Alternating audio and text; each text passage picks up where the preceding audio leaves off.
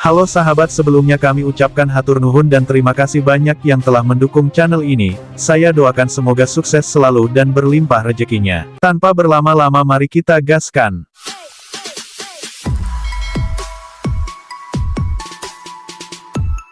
Pagi yang sangat cerah. Si Mamang Ratan Praba dan Ujang Yas berdoa di rumah mereka. Nyonya Praba sangat senang melihat Niru dan Madvi merindukan anak-anak mereka. Hubungan mereka di ujung tanduk. Mamang Ratan berkata sekarang mereka akan tahu rasa sakit yang pernah kita rasakan saat mereka jebloskan Yas. Ontohot Yas mengatakan apa yang telah kita lakukan sejauh ini adalah jawaban sentuhan kecil sebagai pelajaran buat si Jandis Gangga.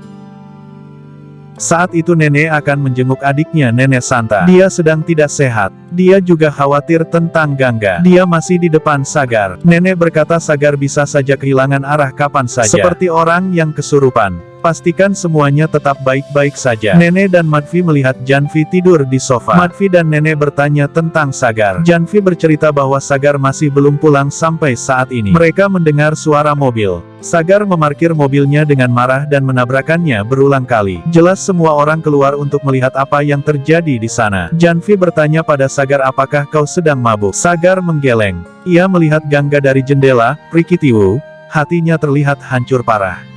Niru menghentikannya. Hei, dari mana saja kau? Madvi mengatakan bahwa Janvi tertidur di sofa sambil menunggumu. Kasihan dia. Dia adalah istrimu. Kau setidaknya bisa memberitahunya. Niru bertanya pada Sagar untuk yang kedua kali dengan tegas. Begitu juga dengan Madvi. Sagar tetap diam saat itu. Nenek ingin melakukan sebuah puja. Sagar telah kehilangan setengah akal pikirannya. Puja mungkin akan membantu memulihkan dia kembali. Dia mengatakan bahwa Sagar harus duduk saat puja dengan istrinya. Sagar melihat Gangga dan kemudian masuk ke dalam. Semua orang khawatir tentang Sagar yang dimabuk asmara tingkat Jawa Barat.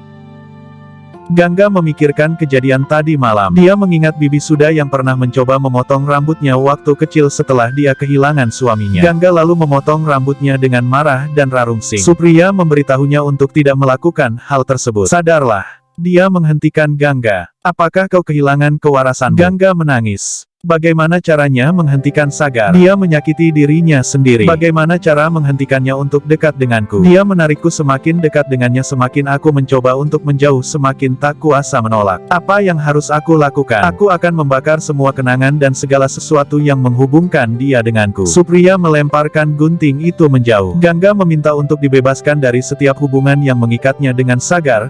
Saran Bang Don, selama kau masih di rumah Caturvedi mana bisa. Haduh, bilang aja kamu juga mau dekat dengan Sagar. Kita lanjutkan. Aku ingin bebas dari seseorang yang sangat aku cintai. Sebagai seorang wanita, Supriya menenangkan Gangga. Semua orang duduk untuk puja. Janvi mengulurkan tangannya untuk puja. Sagar duduk di sana dengan linglung tepararugu. Pak Pendeta menjelaskan pentingnya pernikahan dan sumpah yang mereka ucapkan. Sagar saat itu hanya memikirkan pernikahannya dengan Gangga. Gangga datang ke sana saat itu. Mereka berpandangan satu sama lain. Janvi mengikuti kemana arah tatapan Sagar. Tatapan Sagar adalah busur yang sangat tajam. Pendeta meminta pada Janvi dan Sagar untuk mengulurkan tangan mereka. Sagar melakukannya dengan gagal fokus karena terus melihat Gangga yang saat itu berjalan pergi. Sagar tak peduli kondisinya saat itu dan pergi mengejar Gangga bahkan ketika ibunya berteriak memanggilnya. Sagar maneh rek kamana? Dia pergi ke lantai atas untuk menemui Gangga. Gangga bertanya, mau apa kau kesini? Sagar menatap Gangga dengan sangat tajam berbalik tanya, masalah buat kamu. Sagar berjalan ke arah Gangga dan menatapnya. Dia terkejut saat melihat rambutnya yang telah terpotong sebagian. Sagar bertanya dengan nada tak terima, apa yang kau lakukan? Mengapa kau memotongnya? Gangga menjawab kalau dirinya bisa berbuat semaunya dan hidup dengan caranya sendiri. Sagar membantah, kau tak punya hak. Kau milikku. Hanya aku yang punya hak atas dirimu. Gangga menyahut kalau dirinya juga inginkan hal yang sama, tapi maaf, sekarang segalanya sudah berakhir. Aku telah memutuskan hubungan denganmu. Sagar meraih tubuh Gangga dan menekannya di dinding. Lagi-lagi dan lagi. Aku juga bilang kalau diriku ada dalam detak jantungmu, dalam nafasmu. Gangga menyahut, itu juga suatu hari akan terhenti.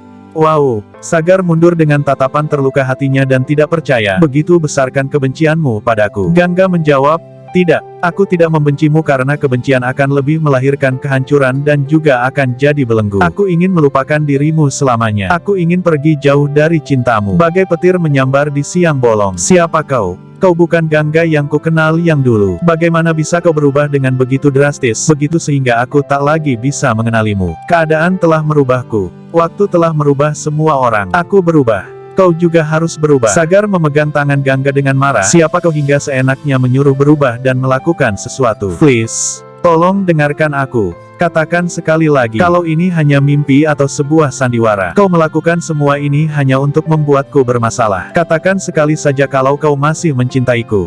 Gangga mendorong tubuh Sagar agar menjauh darinya sambil berkata, aku tidak mencintaimu. Titik.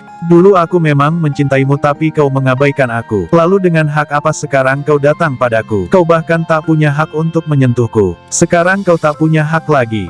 Kau telah menikah lagi dengan Neneng Janvi. Kau pikir itu hanya hiburan atau permainan? Tidak, Gangga bukan mainan yang akan menari mengikuti iramamu. Aku tidak mau lagi menyerahkan hidupku padamu. Apalagi cintaku. Aku punya hati. Aku juga merasakan pedih dan sakit. Aku mohon padamu. Gangga menyatukan telapak tangannya di depan dadanya dan menatap Sagar dengan air mata yang ngagulitik di pipinya. Pinta Gangga pada Sagar, aku mohon padamu pergilah jauh-jauh dariku. Please. Dengan putus asa Sagar berkata, aku akan mati tanpamu. Apakah kau melakukan ini untuk menghancurkan aku? Apakah kau ingin balas dendam padaku atas apa yang aku lakukan di masa kecil dulu? Gangga memalingkan muka, tak mau menatap Sagar.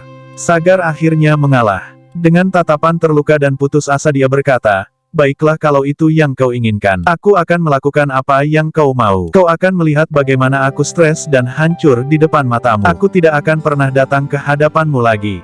Lalu dengan marah, sedih, terluka dan kecewa, Sagar meninggalkan Gangga. Gangga menatap kepergiannya dengan air mata yang membanjiri muara cinta yang kelam. Pendeta yang memimpin pemujaan merasa kesal atas ulah Sagar. Generasi anak-anak zaman sekarang tidak mengerti apapun.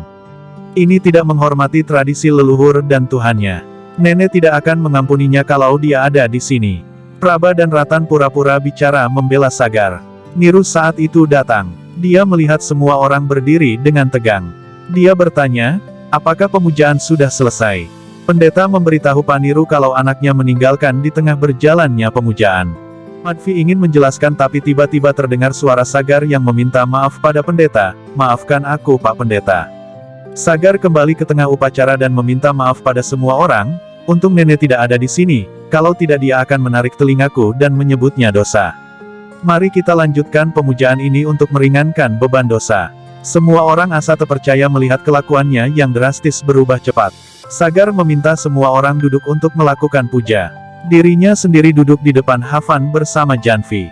Sebelum pendeta memulai lagi pemujaan, Sagar mengulang kata-kata pendeta dan menanyakan sesuatu. Aku ingin bertanya padamu sesuatu. Semuanya terlihat gelap dalam pernikahanku. Gangga datang dan berdiri di seberang tali. Semua orang melihat kehadirannya, begitu juga Sagar. Sagar melirik Gangga sesaat lalu melanjutkan, gadis itu yang aku cintai dan aku menjadikannya istri, telah meninggalkan aku begitu saja. Dia telah mencampakkan aku. Dia membuangku keluar dari hidupnya seperti orang membuang sampah sembarangan. Kalau seperti itu harus, kehidupan pernikahan apa? Pendeta bingung dan bertanya, maaf, kenapa? Sagar menjawab, itulah yang sebenarnya.